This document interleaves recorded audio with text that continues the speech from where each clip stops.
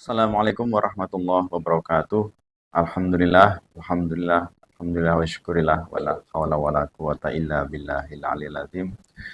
Bertemu kembali, saya pertama ingin menyapa sobat Ambyar yang ada di rumah yang sedang melaksanakan ibadah puasa. Semoga Allah SWT telah tetap memberikan kita nikmat sehat sehingga kita bisa melaksanakan puasa sampai dengan penghujung Ramadan nanti. Hari ini kita akan berbicara tidak akan jauh daripada pendidikan. Topik kita kali ini pendidikan, tanfid, dan teknologi. Mungkin kita semua sebagai orang tua sering sekali mendengar bahwasanya banyak sekali lembaga-lembaga pendidikan yang membranding lembaga mereka dengan sekolah tanfid atau madrasah tanfid. Itu merupakan program yang sangat baik dan sangat berguna bagi anak-anak kita untuk membuat fondasi atau memperkuat fondasi anak-anak kita untuk ilmu agama.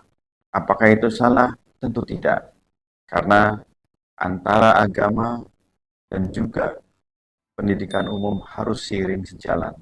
Kita harus memberikan bekal kepada anak-anak kita, bukan hanya bekal akademik, tapi juga bekal agama.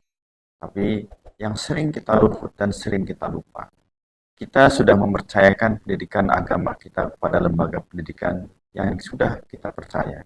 Tapi terkadang kita sebagai orang tua sering sekali lupa. Kita hanya membiarkan anak kita mendapatkan ilmu agama hanya di lembaga pendidikan. Ketika mereka sudah kembali ke rumah, kita tidak atau kita sering sekali lupa memberikan contoh yang terbaik untuk anak-anak kita. Kita terkadang sibuk dengan kesibukan kita masing-masing sebagai orang tua. Ketika anak kita pulang, terkadang untuk menyambut pun kita lupa atau kita lalai untuk menyambut kedatangan mereka.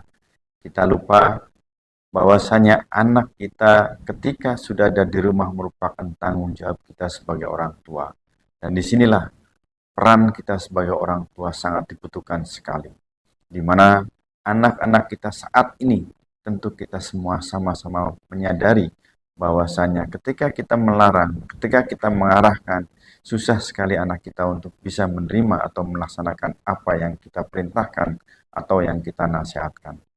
Yang terpenting di sini adalah bahwasanya di zaman sekarang ini, anak-anak kita susah untuk mendapatkan perintah atau nasihat orang tua, tapi mereka akan sangat bisa melihat perilaku atau teladan atau tingkah laku yang diperlihatkan orang tua mereka di depan mereka.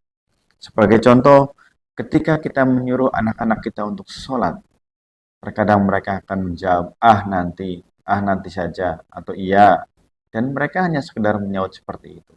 Tapi ketika kita melangkah untuk memperlihatkan bahwa kita melakukan sholat terlebih dahulu, dan kita meminta mereka untuk melaksanakan sholat, maka biasanya mereka akan segera untuk melaksanakan sholat. Inilah yang perlu dilakukan oleh orang tua. Kita harus bisa memberikan contoh terlebih dahulu. Jangan sampai ucapan kita terlebih dahulu, sedangkan kita tidak memberikan contoh.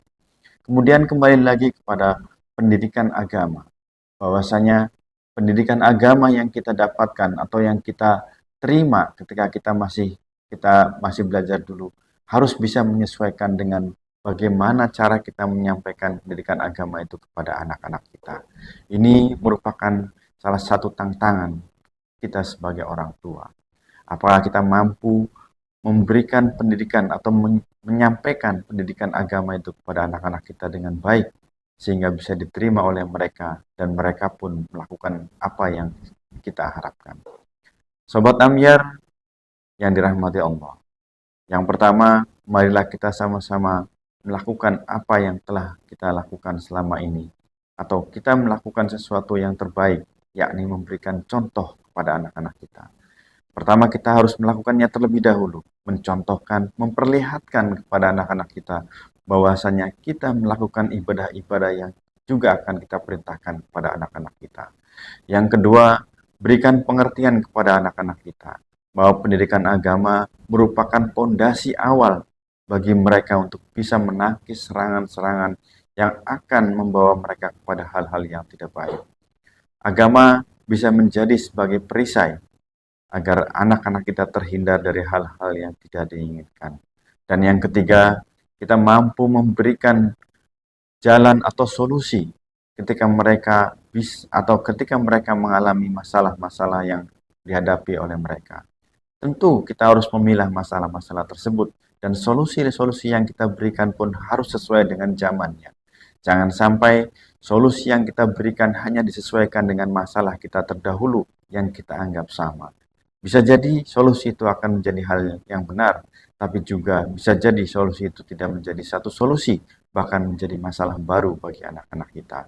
Ingat satu hal bahwasanya anak kita bukanlah kita. Ingat, anak kita bukanlah kita. Perbedaan zaman, perbedaan cara mendidik, dan perbedaan lainnya yang sangat kental sekali, begitu besar, yang sangat dipengaruhi oleh perubahan zaman. Inilah yang harus kita sikapi dengan baik. Bahwasanya cara mendidik anak kita saat ini tentu sangat berbeda dengan cara orang tua kita ketika mereka mendidik kita. Sekolah-sekolah atau lembaga-lembaga yang berafiliasi atau berkonteks agama harus kita berikan untuk anak-anak kita. Kita salurkan anak-anak kita kepada lembaga-lembaga pendidikan yang berbasiskan agama, agar mereka juga memiliki kemampuan agama, juga kemampuan akademik. Tapi yang jangan sampai terlupakan bahwasanya ketika kita menghendaki fondasi yang kuat anak kita untuk agama, di bidang agamanya, maka sampai dengan usia-usia mereka mencukupi untuk mendapatkan fondasi tersebut, janganlah kita sampai menyerahkan pendidikan begitu saja kepada pilihan anak-anak kita. Sobat Ambiar yang dirahmati Allah Subhanahu wa taala. Di momen bulan puasa ini, marilah kita tidak henti-hentinya untuk belajar, tidak henti-hentinya untuk selalu meningkatkan kualitas diri kita, dan tidak henti-hentinya untuk selalu memberikan pengetahuan kepada anak-anak kita bahwasanya zaman sekarang ini atau masa yang akan datang, tantangannya akan dihadapi oleh anak-anak kita akan lebih besar, akan jauh lebih hebat daripada apa yang kita hadapi.